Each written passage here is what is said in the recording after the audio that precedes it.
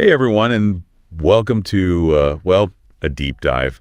We're going deep into divine fragmentation. Ooh, that's a good one. Right. It's this whole idea of what happens to a god's power when, it's not all in one place. Like, imagine their essence spread across different realms, dimensions. It's a bit like, okay, imagine a superhero. Okay. Their powers, they get scattered. Oh, I see where you're going with this. Are they, like, totally weakened, or do they find a way to be even more powerful? I love that. So we're talking mythology here, right? Oh, yeah, we're diving deep into the myths. Perfect, because we've got this awesome tier list to guide us. We're ranking these fragmented deities from the ones who are, well, a little worse for wear, A little fragmented. all the way to, hold on, did they just create a universe? Just a big lead. Exactly. So let's start with the C tier of the fractured weekend.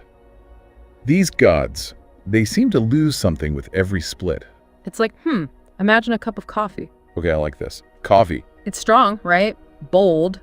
Now you pour some into another cup. Huh. You still have the same coffee, but it's just not as strong in either cup. So less coffee is definitely not more. Exactly. So give me an example. Which god really got the short end of the fragmentation stick? Well, Osiris in Egyptian mythology is a great example. When he's dismembered, his power as god of the underworld, it's severely weakened. Oh, wow. Until he's, quite literally put back together. That's rough. Like their power is a puzzle, right? Yes. It only works when all the pieces are connected. Exactly. And we see echoes of this with Shiva's avatars in Hinduism. Oh, right. The many forms of Shiva. Each one embodies like a specific aspect of Shiva. Destruction, Yeah. creation. Right. But they don't have access to his full power. It's like they each have a piece of the puzzle. So even in these ancient cultures, the idea of wholeness equaling power, it's pretty universal. It is, absolutely. And, think about how often we feel pulled in a million directions. Oh, tell me about it. Our energy feels scattered, like we're fragmented. It resonates, Because it's a challenge we face too. Exactly. Okay, so that's the C tier. Fragmentation makes them weaker. What about B tier? What do we got? The B tier, these are the shapeshifters. Ooh, shapeshifters. Okay, I'm intrigued. Yeah, these gods, they're adaptable, able to shift their form, depending on which dimension they're in. Like interdimensional quick change artists. Exactly. Think about Vishnu's avatars in Hinduism. Okay, like Vishnu. Yeah, you've got Krishna, the strategist, Rama, this noble king. Each form, it totally rocks in a particular realm. But they're also, limited by it. So it's not just about being in multiple places. Right. It's about adapting to the rules of the game wherever you are. It's like each dimension has its own set of rules that even the gods have to follow. Fascinating. Are there any cases where a realm actually makes a god weaker? Interestingly enough, yes. Oh, wow. Okay. The Norse gods, they're said to be much weaker when they enter Midgard. Midgard, that's... From the realm of human. Exactly. Okay. Wait, so hanging out with us actually drains their power? It's fascinating, isn't it? Wow. Maybe that explains a lot about Mondays. Perhaps. It could be the nature of our reality, Or maybe that's some divine law. You have to sacrifice power to interact with humankind. Now, that is a mystery for another deep dive. Another time. Okay, so we've got gods who get weaker when they're fragmented, and gods who change to fit the rules. What about the A tier? Who are they? The A tier is where we find the fragmented sustain. The fragmented sustain. Yes. These gods, they've cracked the code. Oh, wow. They've figured out how to be in multiple places without, sacrificing any of their power. Now that is what I call thinking strategically. It's like they've mastered the art of delegation. Delegation, okay. Take Odin from Norse mythology. Okay. He's famous for sending out his ravens. Kujin and Munin, right? Exactly. Those ravens were always so cool, like his own personal spies. Exactly. But they're more than just birds. Think of them as like extensions of Odin's consciousness. Okay. Pieces of his awareness that he can project out into the world. So he's multitasking on a divine level. Exactly. Experiencing multiple places, multiple things at once. Without losing any of his own power in the process. That's incredible. It's like he's hacked the system for being in multiple places at once. Exactly. And another great example, Ra. Ra, okay. The Egyptian sun god. Oh, right. The one with the sun disk. Throughout the day, he takes on different forms. Okay.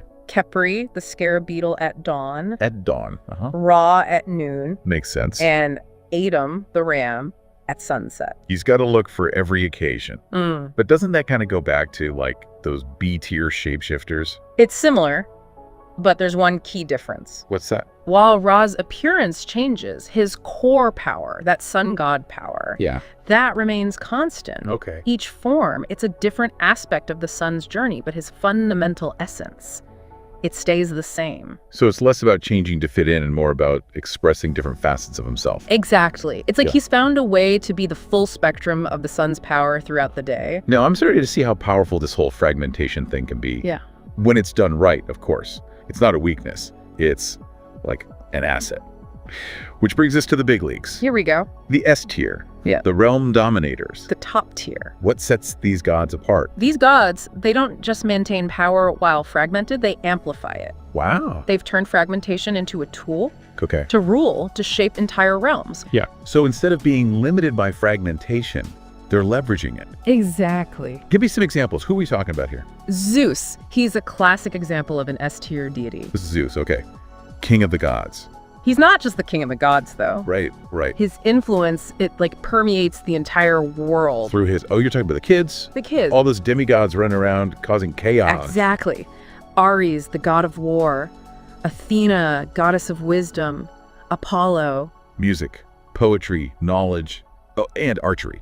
Right. Each one embodies a different aspect of Zeus's power. So it's like this massive divine network, right? Exactly. No matter what's happening in the world, there's a chance Zeus has a hand in it through one of his kids. Precisely. And it's not just through his children either. His presence, it's felt in the sky, the sea, The underworld. even the underworld.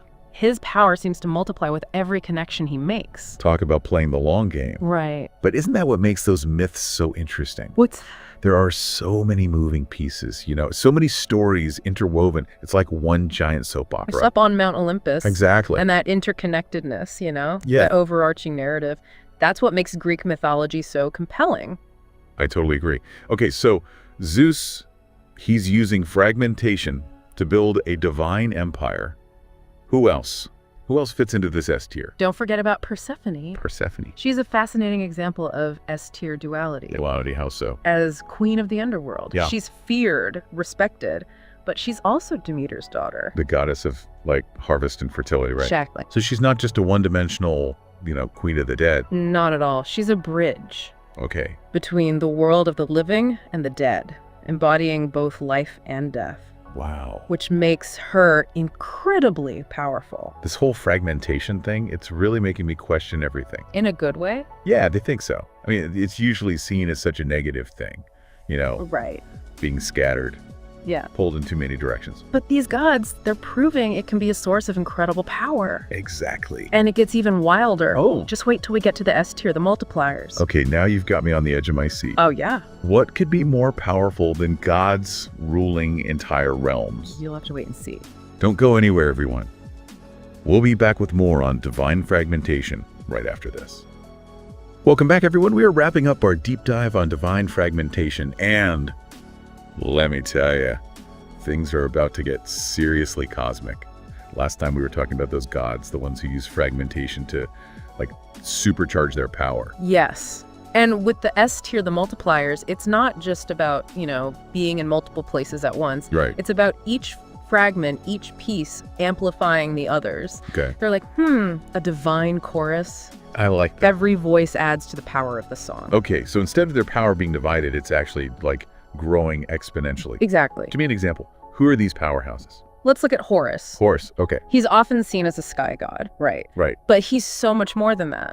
He's connected to the heavens, the earth, even the underworld. Wow. Each of those aspects, they reinforce the others. Okay. His power as a sky god, it strengthens his authority on earth as a god of kingship. His connection to the underworld, well, that enhances his role as a protector against God. evil. So it's like this, like, amazing feedback loop. Exactly. The more fragmented he is, the stronger he becomes. In every single realm. Wow. And if you think about it, this idea of interconnected strength, Yeah. it's not limited to mythology. We see it in nature all the time. Like, like how a whole colony of ants can accomplish incredible things, even though, like, a single ant on its own, Yeah, pretty limited. precisely. Each ant is a fragment of the colony's intelligence. Wow. And together, they create something so much greater than themselves. I'm seeing fragmentation in a whole new light. I love it. It's not just about dividing, Right. right? It can also be about connecting. And multiplying your power through those connections. Exactly. Okay, this is amazing. So those are the multipliers. Yes. The gods who turn fragmentation into like this exponential power source. But we still got one more tier to go, right? We do. The broken tier. Yeah. What happens when you take this idea of divine fragmentation, and you push it to its absolute limit? This is where we encounter the gods who exist, well, beyond our typical understanding of, wholeness and individuality. Okay. For these deities. Fragmentation isn't a choice. It's not a strategy. It's simply their nature. Okay, now you have to explain this one. How can something be broken and still be a god? Imagine a being whose very essence is so vast, so fundamentally woven into like the fabric of reality, Okay. that it can't be contained in a single form. So they're everywhere and nowhere at the same time. In a way, yes. Right. Think about Shiva in Hinduism. Okay. In his form as Nataraja, the cosmic dancer, he's often, depicted with 4 arms. Oh, right. Each representing, creation, preservation, destruction, and liberation. It's a lot. It is. Each aspect. It's not just a part of Shiva. Okay. It is the full expression of his power, operating independently in the cosmos. So he's like the ultimate multitasker. But like on a cosmic scale. Exactly. He's the universe itself, constantly in motion. And every action, from the birth of a star to the falling of a leaf, it's a part of his dance. That's beautiful and kind of terrifying at the same time. It's awe-inspiring. Yeah. It's like realizing you're just one tiny movement in this dance. That's far bigger than you could ever imagine. And that brings us to the final tier. Oh. And perhaps the most mind-bending of all. The beyond broken tier. Beyond broken. These are entities so vast, so powerful, that the very concept of fragmentation, well, it takes on a whole new meaning. Okay, now I really can't picture what this looks like. Hit me with it. Who are these beyond broken gods? Imagine a being whose dreams are so powerful, so real, that they birth entire universes. Hold on. You're saying there are gods out there dreaming up universes like we dream up, I don't know, what to have for breakfast. It's a mind-boggling concept. It really is. But that's the realm we're entering now. Take Azathoth from H.P. Lovecraft's stories. Okay, yeah, I know Lovecraft. He's described as like this slumbering deity whose dreams they create and destroy entire realities. Wow. Each dream is a universe unto itself, with its own laws of physics, its own forms of life, all stemming from a single fragment of his consciousness. So each of these universes is like a tiny thought, in the mind of this incredibly powerful, slumbering god. It's one way to visualize it, yes. And then there's the concept of like the primordial chaos. Primordial chaos. Yeah, the raw, undifferentiated energy. That existed before the universe as we know it, maybe even before the gods themselves. Wow. Some believe this primordial chaos, it didn't just create the universe, it fragmented itself, giving rise to countless universes, each one a unique expression of its infinite potential. So there could be like an infinite number of universes out there, each one a splinter of this primordial chaos. It's a possibility, one that challenges us to, think beyond our limited understanding of reality. This whole deep dive, this has been incredible. I've had a blast. We started with a simple question about like fragmented gods. Yeah. And it's opened up all these huge questions. But the nature of power, the vastness of the cosmos, the very nature of reality itself. That's the beauty of exploring these ideas, right? It really is. Mythology, pushing the boundaries of our imagination. It allows us to ask these big questions, even if, we may never know the answers for sure. Exactly. Yeah. So to all our listeners out there, if you could fragment yourself, just a thought experiment here, and send one piece of your being out into the vastness of existence, what would it be? What would it try to achieve? It's something to ponder. Maybe it'll spark your own deep dive into the mysteries of the universe. Until next time.